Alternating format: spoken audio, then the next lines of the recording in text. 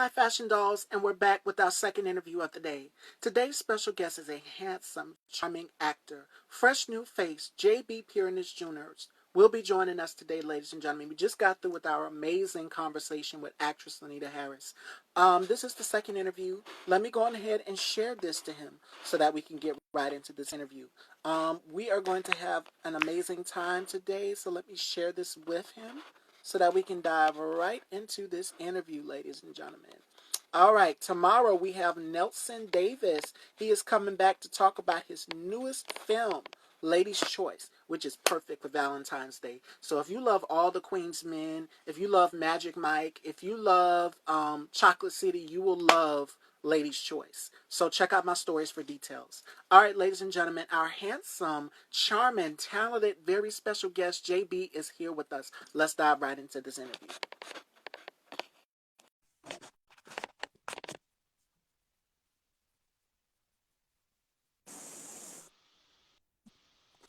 Hello, hello. What's going on? House. How you doing? I'm doing great. How are you? I'm doing good. I can't complain. It is such a pleasure to have you here. Thank you, thank you. All right, Fashion Dolls, let's dive right into this interview. But before we dive into this interview, uh, we're now in 2022. So we're in a whole new year, a whole new vision, a whole new mindset. Is there anything that you've manifested in 2021 that's now coming to full circle in this year? Right now is representation and work, Mm. peace and happiness. Gio, what's up? Right. All right. And I just got through talking about that in my previous interviews, representation hmm for all diversity. And we'll talk about that in this interview. But tell us a little bit about how you got your start into acting. Um, in 2009, I got out the army and I didn't know what to do, didn't know where I was going, anything like that. And I was living in Houston, and one of my cousins from New Orleans, he did a video called "Walking Through New Orleans." From it was a remake from the Fats Domino song, and it was to represent for Hurricane Katrina.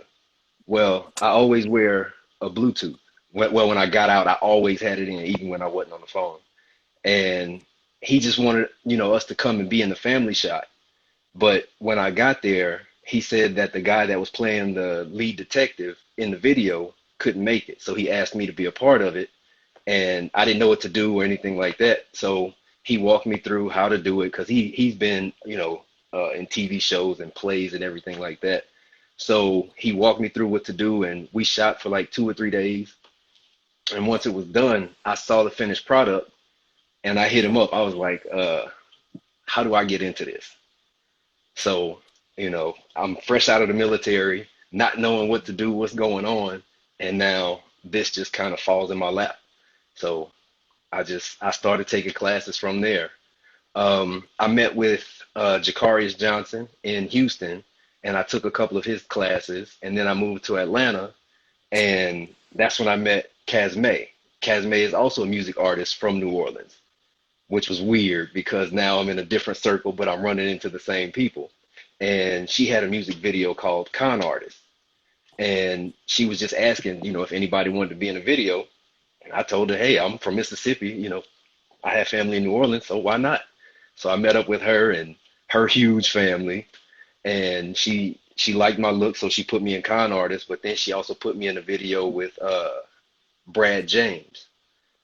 He works with Tyler Perry, so I met with him, and we did the video. She did, I think it was Tell Me, and just to watch the whole creative process and all of that, I stayed in Atlanta for maybe a year, and then I moved here to LA. And when I got to LA, my cousin Sataris, she's a comedian, and she told me about the book Acting as a Business because I didn't know anything. I didn't know what was what. I didn't know anything about a headshot, demo reel, resume, anything like that. And she told me to get the book Acting as a Business by Brian O'Neill, and I locked in for the whole month of June. And I sat back, I read the book, I got all my stuff together that I felt I would need. And then in July 2013, I went out and I went to Central Casting. I started doing background work. Um, I started in July. By October, I was in SAG. It was because of my military background. I kept getting booked for as a recurring background for Enlisted. It was a Army TV show on Fox, and I met a bunch of cool people there. Some I'm still friends with a lot of people. Um, and from there, it's just been going. I met the guy who plays Uncle Jerome on Snowfall. I met Amen Joseph, I had and him on my show. Yes. oh, okay. And that's my guy. Like he laid it out for me. He was like, treat this as a business. Treat it like treat it the way it's supposed to be treated. If you're not working, be in school. Well, I didn't know I could use my GI Bill from the military to go to school. So I started looking for schools that had that accepted the GI Bill because it just makes life easier, you know. And I mean, there was some ups and downs along the way, but it worked out. But he's responsible. I hold him solely responsible for me getting a degree in acting. And then while I was in acting school, I met a bunch of people, and they, would guide me in which way to go. So I ended up going to the New York Film Academy after that, and I did the 1 year filmmaking course at the New York Film Academy, which just so happened it got interrupted by COVID. Um, the day before I was signing out my equipment to film my thesis, we got shut down. Like everything was good to go. Thursday, I had everything done. The green light process was done. Friday, we got shut down. So that kind of killed the momentum on that. But it didn't, well, it shifted the momentum. I won't say it killed it. It shifted the momentum. Um, so since COVID happened, I've been writing and, trying to get motivated to finish the other film projects that I started writing on. But it's been tough. The motivation hasn't been there. It's just, a lot of things kind of they get away from you. And I mean, it's okay, but it happens. But now I have new representation. My agent and manager, they've been on it. I signed with an agent recently. I think this was maybe November. I signed with an agent and we did the paperwork Wednesday. I had an audition for Magnum PI Thursday. Like everything happened so fast. I didn't book that one, but then I turned around in December and she sent me another audition for Magnum PI. And my boy Dre, he hit when we do self tapes, the first one I went through, I was just like, man, I don't care. I'm not into it. It's no big deal. They get what they get pretty much. So he was like, no, every audition, treat it like it's life or death. Put everything into it because if you're just going through the motions and somebody else comes in and they kill it, then, they got the job. So when I got the audition, it's funny because I got the audition at 10 o'clock that morning and it wasn't due until like Monday. And I think this was Thursday. I got it 10 o'clock that morning. By the time I made it to my location where I had to go to get set up and all of that, by I want to say 2 o'clock we were done. And I sent it back to my agent. I was like, I wasn't playing with that one. So I think it was the next day or so went by and I didn't hear anything. And I was like, oh, well, I'll know something by this time on this day, whether I have to do a call back or if I got the job. So my agent, the new agent that I just had a month, she hit me back and was like, hey, I just want to let you know they loved you. You booked it. I'll let you know what your arrangements are to go to Hawaii. So I ended up shooting what was my first co-star role in Hawaii. See, look at that. That's power, manifestation, everything coming full circle. Right. And how does it feel? And also salute to you because I had a brother. My brother served in the military. My uncle served in the military. My father served in the military. So salute to all the soldiers out here 100%. So with you coming from the military, now going into acting, being on set, getting this very, very big role, and this callback in your agent saying, your co-star, what was running through your mind being on set? Oh, I was ready to go. I was ready. showing up for something like that. And I mean, I was there for like 6 days. So, something like that coming through, it's exciting. But I mean, you prepare so much for it. It's just like in the military. You prepare so much for it. When it's time to go, you just go. You don't the it's excitement. It's not really nervous energy. It's excitement because now you get to live in what you've been preparing for all this time. Mm-hmm. And what's crazy about it is you do all of this training for years and all this other stuff. You do the prep work, and the moment to live in is just a few minutes or sometimes a few seconds at a time. My shoot was 2 hours, if that. Majority of the time was sitting around, but being in Hawaii, I was there for 6 days, you know, and then to shoot it, it was a 2 hour shoot and we were done. But within the time of, waiting around, you get to meet a bunch of new people and everything like that and build your network, you know. What's funny, while I was there, speaking of new representation, while I was there, I got a commercial audition and I didn't have the space, I didn't have the time. The commercial had to be the audition had to be done by like I think 4 o'clock that afternoon. There was no way to get it done. I didn't, and I was at my buddy's house there. So I actually had to go into the backyard, set up a makeshift tripod, do the audition. I hated it. Like I hated it. I didn't want to do it at all. So I did it anyway, and I sent it in, but I sent it in late. My new agent, she was like, hey, we had to decline the audition because it's late. These things can't happen. And I explained it to her, what was going on. And then I also, in my submission, I explained to casting what happened, that I was in Hawaii and this is why I couldn't get it done, but here's what I could do. Well, a few weeks went by and, I'm back here and didn't hear anything. So I was like, okay, well, maybe we didn't get it. Well, right around Christmas time, I got a notice, an email, which is unconventional because usually when you get cast, they send it to your agent lets you know and all of that. But she CC'd me on the email and was like, hey, I'm reaching out to you because it's the holiday season and I know these things fall through the cracks. She said, but we wanted to put you on a veil for the commercial. Yet I don't know what you're talking about. What commercial? We forgot about it because so much time went by. So we were just like, oh, we didn't get it. But when she said what it was for, we were like, oh, we booked it. We went through all of Mm-hmm. that, the emotion of, oh, it was late. I didn't like it, but it's still booked. So, you never really know how things are going to turn out. Unfortunately, I had a false positive with the PCR test for COVID. Um, and it's funny because once you get a positive with production, they don't play around.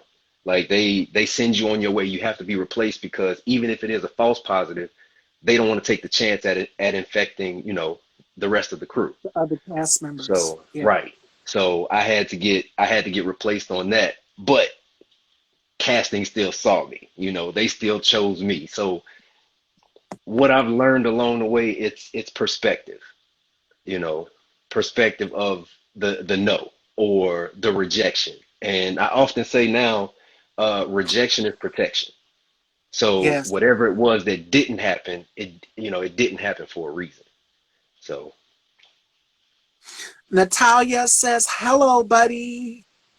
oh yeah, we were in acting school together at Theater of Arts.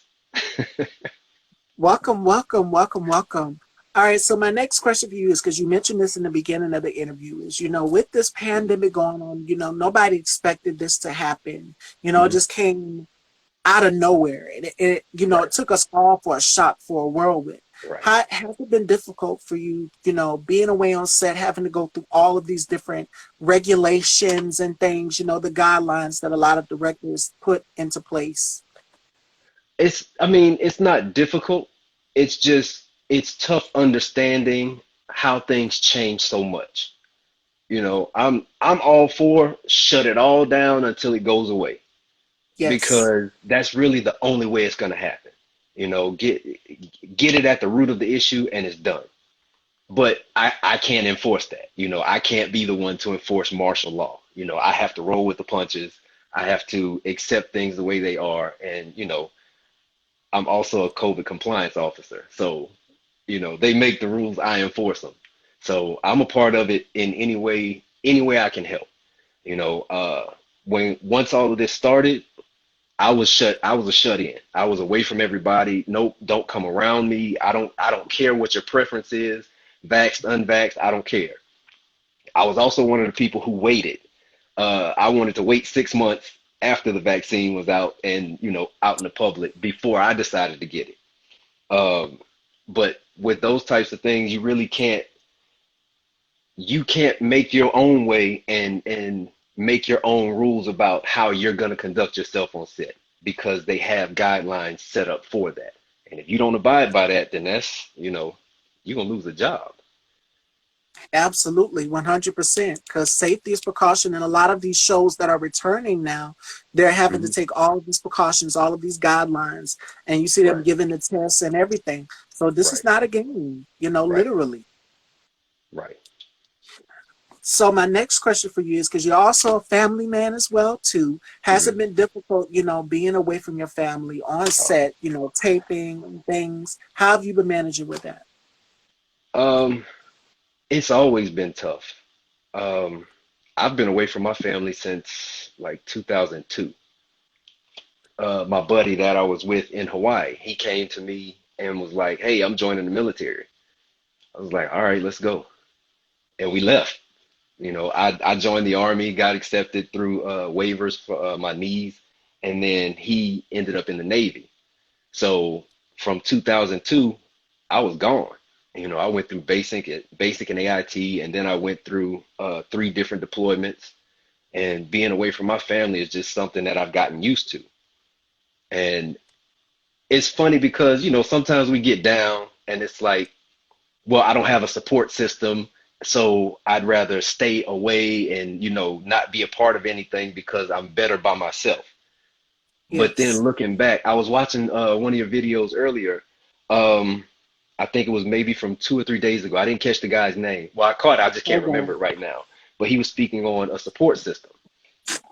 And when you look at it, you really got to take a step back and be like, when you're down and out, can you really call on anybody?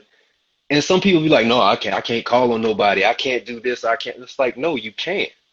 There's a lot of people, that are in your support system. Because I had to take a step back. I was one of the first people when this all started to say, I don't have a support system, but it was by choice because I didn't want people to feel like I owed them anything, So I kind of shied away from whatever the help was and stuff like that. But now I look at it and I'm like, yo, my support system is pretty dope, you know. I got Mhm. people I could call all over the world, you know. So it's perspective, you know. And that's so important to have a strong support system behind you 100%. And Hmm. I'm a firm believer in family and them being there to support you, especially during Right, this time. And it's been difficult for me too, having to balance it out with being away from family. But thank God for the power of technology, just to be able to communicate with them, whether it's a text or a phone right, call or via messenger or whatever it may be. It's great to keep in touch with them. right. So my next question for you is, because you've done some projects, you've done some work. Let's go down the list here. Baby Girl, Friend, and Golden Rose. Right, right. So tell Um, us a little bit about, doing these projects. And out of all of these projects, which one was your favorite doing? um, recently we did Baby Girl.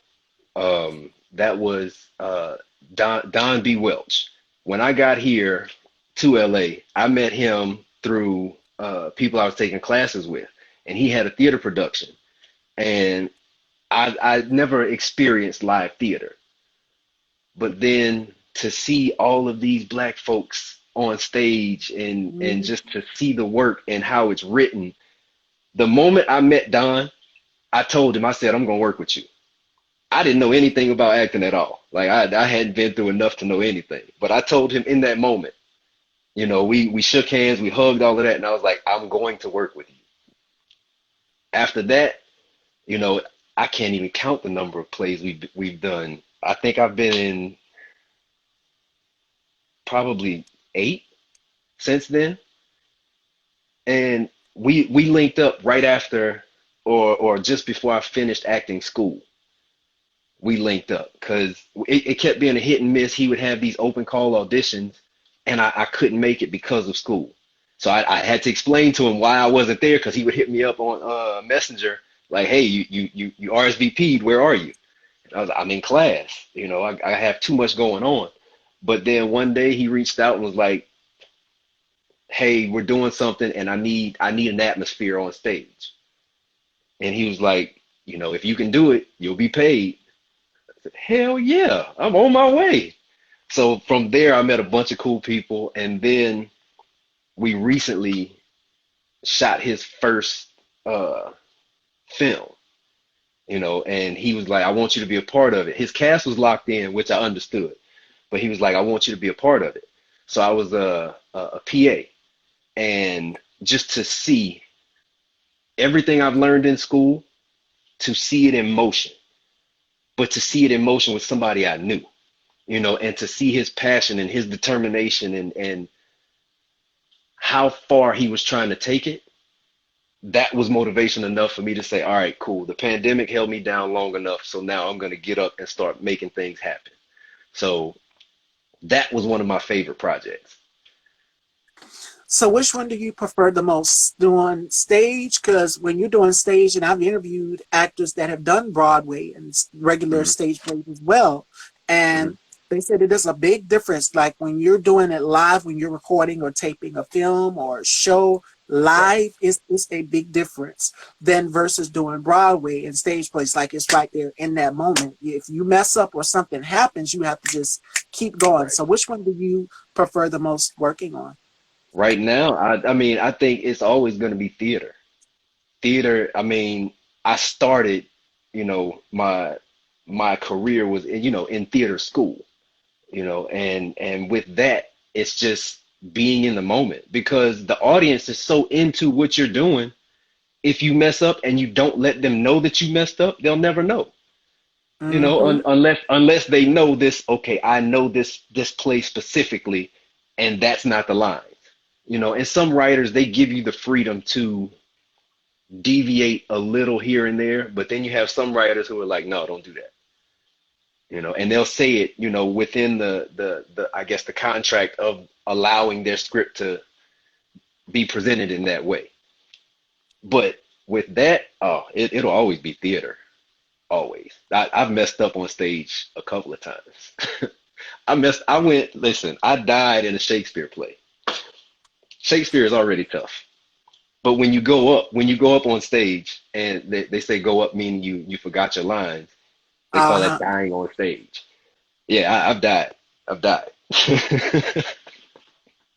But because you train so much, you know how to pick yourself back up and to keep going. And Very also, cool. yeah, with the other people on stage with you, they're in it with you. So you can see the panic in someone's eyes when they go up, and they saw it all on my face because it was my first time, and actually it was my first theater performance, and it was my fault. I couldn't blame anybody. It was my fault. But when I went up, I just stayed locked in on my scene partner, and then they said something and they snapped me out of it, and it brought me back to it. So we ended up finding our way, and we finished the scene. So it was pretty dope. And it happens. It happens to some of the Oh yeah. greats. It happens, but you have to when you're doing it, when you're doing Broadway or theater in that moment, in that present time, it's like, Yeah. okay, the audience will knows if they will know if I messed up. So I have to keep going. I have to keep going. Right. I improvise. And I've seen a lot of them do that. A lot of Right. great actors do that. Oh And yeah. speaking of great actors, is there any actors in this year, 2022, that you would like to manifest if you could work with any of them? Who would you like to work with? Who would your dream acting team be that you would like to collaborate with? Oh, I think with anybody coming up, how could you not mention Denzel? Mm, How could you not mention that? And the way I've seen things happen, like it's possible. You know, Will Smith, how could you not? It's there's so many. I'm just enjoying the journey, because I mean, there's gonna be ups and downs and wants and all of that stuff, but for right now, I'm just enjoying the journey. Whatever comes along my way, again, perspective. What is it teaching me? What am I supposed to learn from this? So, but if I had to choose, it would be those two. Okay, okay. So we know Will Smith does production as well, and you know where I'm Hmm. going with this. Denzel Washington has also did his film just recently that is out right now with Michael B. Jordan. Right. We see a lot of actors, and I just had this conversation with actress Lanita a few minutes ago. Hmm. She said that she want to tap into production. So Right. would you see yourself tapping into production, stepping behind the lens, than being in front of the camera? Oh, definitely. My thesis from the New York Film Academy. I wrote it. I'm gonna direct it, but I'm also starring in it. So, I'm I'm actively trying to pursue all lanes, you know. And with the 1 year filmmaking course at the New York Film Academy, they teach you how to go from the idea to putting it on paper. After you put it on paper, you go through the green light process in pre-production. Then you actually film it. After you film it, then you go through editing. So they teach you how to edit it as well. I have a buddy who was in theater school before me. He graduated before I did, but he also took the same route for filmmaking. I think he took the bachelor's course or something like that. I'm not sure he took the same one I did, but it was pretty much the same concept. And he did the same thing. And he showed me his film. And while I'm sitting there watching the film, I was like, dude, there's no way that this doesn't win awards, at film festivals and stuff like that. And he was just like, man, do you think so? Do you believe that? I was like, yes, I believe that, man. Go for it. And he's also a veteran. So, to see that happen. And then when he got his first win, like I celebrate everybody else's wins just as hard as I do mine. And to see that happen, I was like, oh man, if these people around me can do it, and we're all supporting one another, what am I afraid of? And just recently, I've been kind of taking a step back because I didn't want to do my thesis, and because I have to go back to school for take the refresher courses and all of that. But after not even a tough conversation, just putting it out there, my girl, she was like, "Do it." I was like, "So it's just that easy?" She was like, "Yeah, it's just that easy. Just do it. Like, what are you waiting for? It's already done. Just go do it." So now I'm in the process of doing it. I reached out back to the New York Film Academy to see what needs to be done in order to come back and do it. Because from my graduating class, only two of us were able to do it before we got shut down. I was number three. And I want to say it was maybe 12 of us total. And right now, I believe I'm the only one trying to go back to get it done. So, oh yeah, definitely. I will be behind the camera, but All also right. in front of it. And it's that balance. It goes back to that balance. All Right. right, fashion dolls. Before we get into the games, my next Mhm. question for you is what's the best piece of advice to some of your instructors at the academy and other, projects have given you? To keep going. Like, I don't care how tough it gets, keep going. Repetition. If there's something that's not sticking, figure out why. Figure out how to make it stick. If you don't know, ask. But, don't quit. It's okay to be like, okay, this isn't for me. Step out of the way and let somebody else do it. But, just keep moving forward. It's okay to get down, but get back up and keep moving. Absolutely. 100%. All right, fashion dolls, it is time for our games. The first Oh, game we're going to do is called the Rapid Five. And the second one is going to be called Turn the Tables. And JB is going to be able to ask me some questions, uncensored and unfiltered. So my heart is beating fast for that one. But let's start with the Rapid Five. You have to give us five things you can't live without. oh, five things I can't live without. Weights, food, laughter, my family, and my girl. Great choices. Again, it circulates back to what we were talking about in the beginning, which is family. Right. All right, fashion dolls. Oh my God, I'm so nervous. This one right Yeah. here. Okay, it is time, the guys, the moment you've been waiting for, to turn the tables. And JB gets to ask me some questions, uncensored and unfiltered. So, JB, When did you know you wanted to pursue this? right after high school, because again, one thing people don't know about me is that I went to beauty school and I got my Hmm. cosmetology license. And our parents always ask us, what are you going to do after you graduate? Once you Hmm. graduate your senior year, you graduate in high school, is either college or you're going to go straight to work. What you going to do? So I went and I worked in a hair salon, shadowing and doing things like that, shampooing and doing nails and hair as well. And from there, I said, what am I going to do after that? That didn't work out.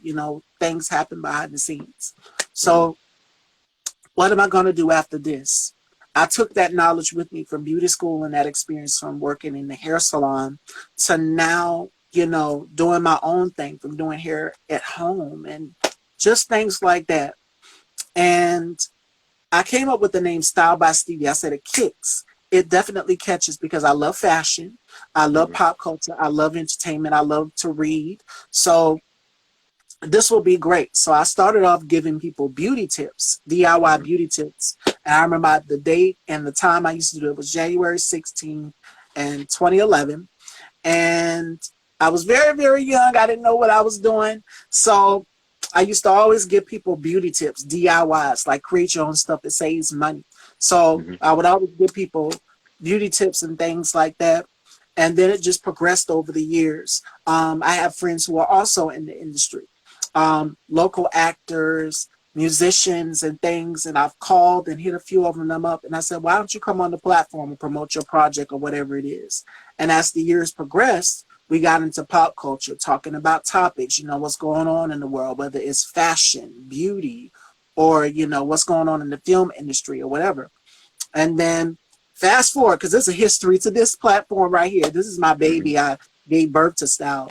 Um, I added on co-hosts. I was actually going to go with women. It was actually going to be all women, but I Hmm. said men watch this platform too. It Right. basically resonates with women, because it's fashion. Well, woman doesn't love fashion. Right. So I said, yeah, you see the girl, you see me, you see the face. But I said, let's shake it up a bit because I would get messages from men, and men Hmm. would be like, well, when it comes to some of the topics that you discuss, you be going a little hard on the brothers. Why you go so hard on the brothers? I'm like, well, how can I how can I speak from the male standpoint when I'm a woman? Right. So I added my co-host, shout outs to them, Marco and Johnny, back Hmm. in 2021, last year, I would say, yeah, last year. Hmm. And it definitely shook the platform up a bit. Nobody was expecting me to add male co-hosts on the platform. So you Right. get both perspectives. And when we all come together and if you've watched some of our previous episodes and seen the chemistry that we all have, we all Hmm. come together and we all kind of have a similar opinion. And my thing is this, in order in the black community, because you mentioned, brothers and sisters in the beginning of the Hmm. interview, and for us in the black community, you have to hear both sides, the man's Right. side and the woman's side. It Right. takes a woman to hear a man's side, and it takes a man to hear a woman's side. So we can't do it apart. We have to be able to listen to each other and hear each other Right. out in order to have a conversation. So that's why I kind of structured this platform like this, so that everybody would be included. LGBT, cishet, whatever. Right. Everybody's welcome to this platform, and we can all have a conversation. And this platform is full of love. That's why everybody resonates with Style by Stevie as we grow and grow and grow. So yeah, a little long-winded, but that's kind of how we got That's all started. right. Yeah. That's all Yes, right. it's like a process. When Right. when we go on a labor or something, it's like you having to wait. And for Style by Stevie, I kind of had to wait to build this platform up where it's Yeah. at. Like I go back and I look at some of my old episodes, and I'm just like, wow, your mindset. And it's like looking at old photos of yourself. That's Right. another thing that this quarantine, this pandemic has brought me, just to sit back and reflect on memories. So much as Right. you conquered and went through in life. And I'm thankful to be here, at 28 years old to see life, because I started off very, very young, right after high school. So, Hmm. yes. Now, branding. Do you have a theme song? Oh my goodness. I would Why love don't the you have theme a song. theme song? Why don't you have a theme song? Because I mean, I, think I about it. It's important for branding. You know, when yes, you hear when you hear the Ellen Show coming on, or any of these daytime talk shows, everybody has a theme song. Like, come on I've now. definitely thought about that. This is a new year, so we were going to get a theme song. We definitely are. And I know people have been wanting all of us to come together, to do the show, me, Johnny, and Marco. But I'm like, that's Right, impossible with this thing going on and the weather, and right. it's just so much. But a theme song, definitely, I can Oh work on yeah. that with Well, someone. yeah. Through Zoom and platforms like this, you can have everybody come together, but Yes, it would be more important to listen versus talking over each other. So there's ways it can happen, and also that you could have a studio set up to where, y'all are sitting at a table and each person has their own microphone and you're a safe distance apart. So, I yes. mean, with everything going on, there's ways to make it happen. So, but yeah, I'd like to talk production value once we're done, because Okay. I've seen some things, and there's there we can always do better. Not saying that my ideas are better than anyone else's, and it may not be your preference, but just to have the idea and sharing the knowledge of, Yes. it's important, and you never know what you may learn from somebody. So, Absolutely. And I'm always open and receptive. I've taken some ideas. Shout outs to my brother Scott Valentine, who's given me ideas and helped me along the way. And with his help, he's kind of shadowed me and molded me and told me this is what you need to do. right. Because he worked with Oscar winning actress Monique. Okay. And I'm like, okay, so if you're going to do this, you're going to have to go all the way, make sure that this is something that you really, really want to do, that if you're wanting to do this. So I try to make sure for each season Hmm. that I'm always progressing and that I do not stay the same. I'm always evolving and changing up. And there's Right. that shock factor, that value that people look forward to. Right. Yeah. My cousin, Alexis Jones, I'm gonna put y'all in touch with each other, because All right. I believe there's something y'all could get going. Definitely. Definitely. Definitely. I would love that. Thank you so much. Right, because she has a Barbie style, and I watched her start her business online, selling glasses, and now she has a kiosk in the mall, and I think she may still be on vacation right now, but when I say she's been working and she's been grinding, like she worked with Tyler Perry for years, and just vocally, when you talk about a voice, I don't understand why she's not at the top of the charts doing something with somebody, or on her own. But it's not something she, particularly wants to focus on. But what she's doing right now, it's like everything she touches, it turns to gold. And that's where she is right now. So I will definitely put you two in contact. I appreciate that. Thank you so much. And I definitely look forward to that as well. No So problem you at get all. to ask more questions. You get to ask more questions. Where are you originally from? Born and raised down here in South Carolina, but I have family in New York, and the majority of my family is down here, like my immediate family, like my Mhm. mom and my grandmother and my aunts, and then I have a brother down here as well too. Oh, okay. I'm from Southern Mississippi. So I have Okay, family in Charleston. my brother's up there. It's funny you mentioned that Yeah. because my brother's there. Okay. Where is he out there? He is in another part of Charleston. I can't remember what part he said it was, but I do know that him and his girlfriend are out there. They have an apartment out Oh, okay. here. Okay. Any any chances of you moving to a different location, or are you stuck? I've You got stuck asked at that home? question before. Hmm? I've got asked that question before. I would love to go to New York because I have family there. Oh, okay. It's big with fashion and I Right. love fashion. So it Yeah. will be Why not? perfect, like Why everything not? colliding together. So yeah, Well, what would it take? Why haven't you done it?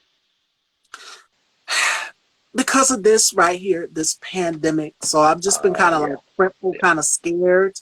And I'm a Hmm. big germaphobe. That's another thing people Right. don't know about me. I'm a big germaphobe. It's terrible. Every time Right. I see someone without a covering on in the store, I go and shift in the other direction. I'm like, okay, 6 feet. All right, I'm Right. too comfortable. So yeah, Right. Yeah, I was like that before all of this. So yes, yeah, it's bad. it's interesting how all of this has changed everybody, changed perspective, changed looks, everything. So New York, oh man, I thought about that. New York is pretty dope from what I hear. The Big Apple, yes, Right, it's right, amazing. Fashion capital of the world, and when they do Fashion Week, it's bananas. right, right. Oh man. Well, I don't know what else to ask. This honestly, this is my first interview. Not of 2020. This is my first interview, period. All right, all right, fashion dolls. I guess that's all the questions. And um, my last question for you is: where does JB Hmm. see himself in his career in this new year? You know, we're now in 2022, and I told my girlfriend just the other day. I said, "We made it. We made it to 2022. We survived Right, all of this craziness, and there's more craziness to come. We just lost right. a big pioneer in the fashion world, Audrey Leon Talley. He was Hmm. had such a prolific career. So many Right, people have gone. Betty White, Sidney Poitier, like the right, list goes on and on. So many people have passed on. And I'm pretty right. sure they had goals and things that they wanted to accomplish in this new Oh year. yeah. For you now in 2022, what is something that you would like to hope to accomplish in your career? Finish what I start. I came up with several features, just ideas over the pandemic. And I kind of started writing, but I didn't stay focused enough on them. So this year, I want to, one of them, at least finish one, because I figure if you aim low, you avoid disappointment. But also, in completing that one, it'll trigger things to get moving. So that way I can jump on. And once I get rolling, things they just happen. So, hopefully I'll be able to lock in and find the right motivation for that and, sit down and write a full feature, you know. Acting wise, uh, oof, I want to be a recurring character on somebody's TV show. Movies are cool. I'd like to do that eventually, but to be on somebody's TV show, like I'll cut my hair to be a detective. I'll go back to that. I'll cut my hair to be a firefighter. I like Chicago Fire, Chicago PD, and stuff like that. Chicago Med also. This is quarantine hair, so I'll definitely cut it. To get booked on something. I have no problem with that.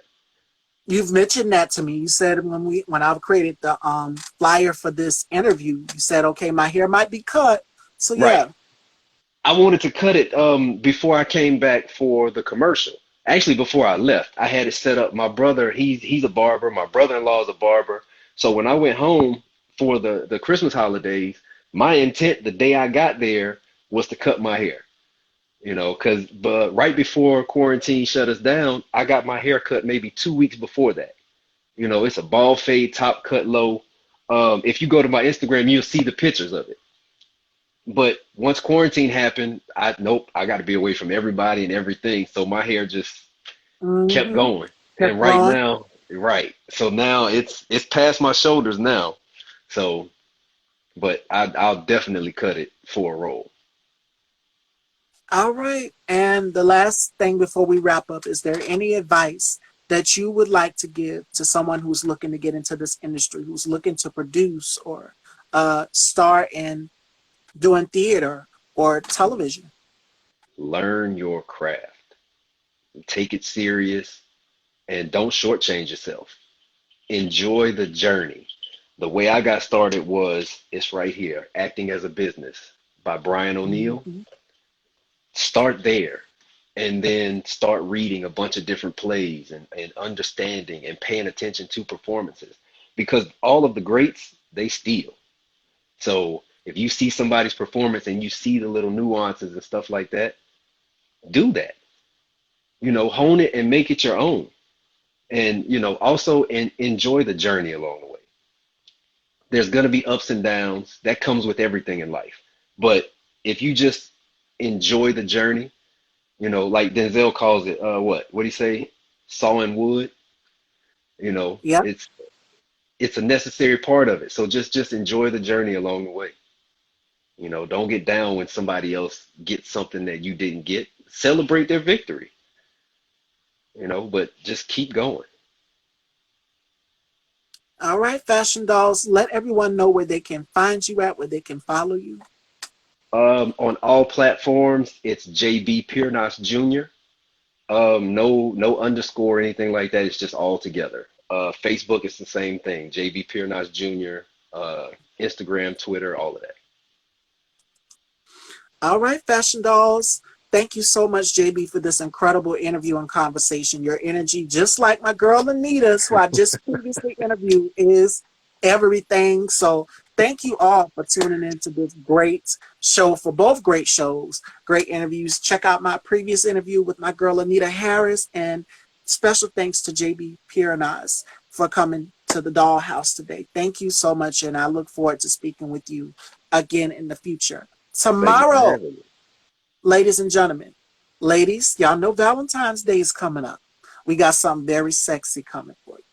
We got Nelson Davis, and he is here to talk about his newest project, Ladies' Choice. So if you like Magic Mike, All the Queen's Men, and Chocolate City, you will love Ladies' Choice. Check out my stories for details. Tune in tomorrow at 4 p.m. I love you all, and thank you all so much for tuning in to this amazing interview with actor JB Piernas Jr. Thank you, Thank you. JB. Thank you. Take Have a good day. you too.